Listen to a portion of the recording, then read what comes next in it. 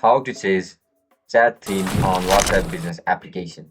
Are you guys facing issue to change chat theme? If that's so, then this video might help you out. Without further ado, let's dive into the video. To change the chat theme, first of all, open WhatsApp business application on your mobile device. Once you open the app, log in into your account with your registered email and password. After you're logged in, look at the top right corner of your screen where you can see this three dot icon. Select it and click on settings. After you click on settings, just simply head over to this option called chat, theme, wallpaper, and chat history. Click on it.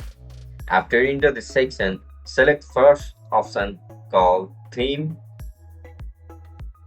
Once you click on theme, from this section, you'll be able to turn on and turn off dark mode. Now, head over to this option called default chart theme. From here, select the one according to your preference. If you want to select this one, just simply tap on it and click on this check mark and check this box and tap on set theme. Now just simply head over to your chat inbox.